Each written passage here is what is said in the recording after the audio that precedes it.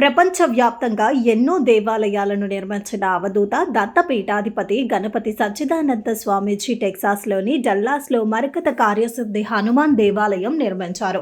ఆ దేవాలయం ఎంతో విశిష్టతను సంతరించుకుంది.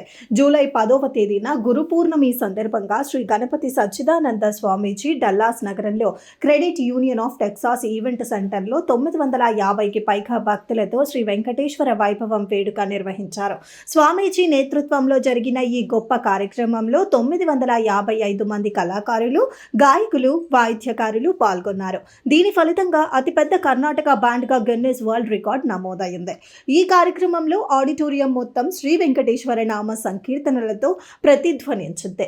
భక్త నాయకులు అందరూ శ్రీ స్వామీజీ ఆశీస్సులతో లేక రక్షకుడు మరియు వరదాత అయిన శ్రీ వెంకటేశ్వరుని కృపను కోరుతూ చేసిన ఒక చారిత్రాత్మక సమర్పణగా నిలిచింది.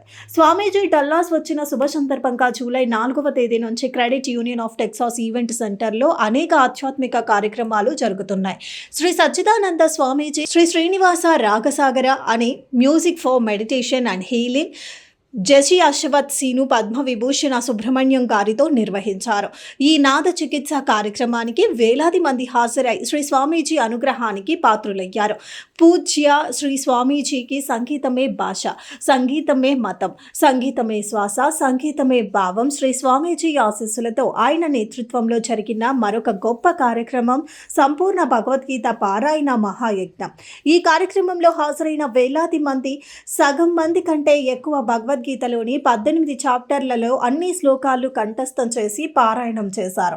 వీరంతా ప్రవాస భారతీయులు మాత్రమే. ఈ పారాయణ కార్యక్రమంలో పాల్గొన్న వారిలో చిన్నపిల్లల నుంచి వృద్ధుల వరకు ఉన్నారు. చిన్నపిల్లలు ఎక్కువగా పారాయణం చేసిన ఈ కార్యక్రమం అంతా ఏకకంఠంతో, మధుర స్వరంతో, ఎంతో క్రమశిక్షణతో జరిగింది. ఇంతటి విశేషమైన కార్యక్రమంలో అమెరికాలో జరగటం, ఈ కార్యక్రమానికి వేలాది మంది ప్రవాస భారతీయులు హాజరవ్వటం ఎంతో అద్భుతమైన విషయంగా అందరూ భావించారు.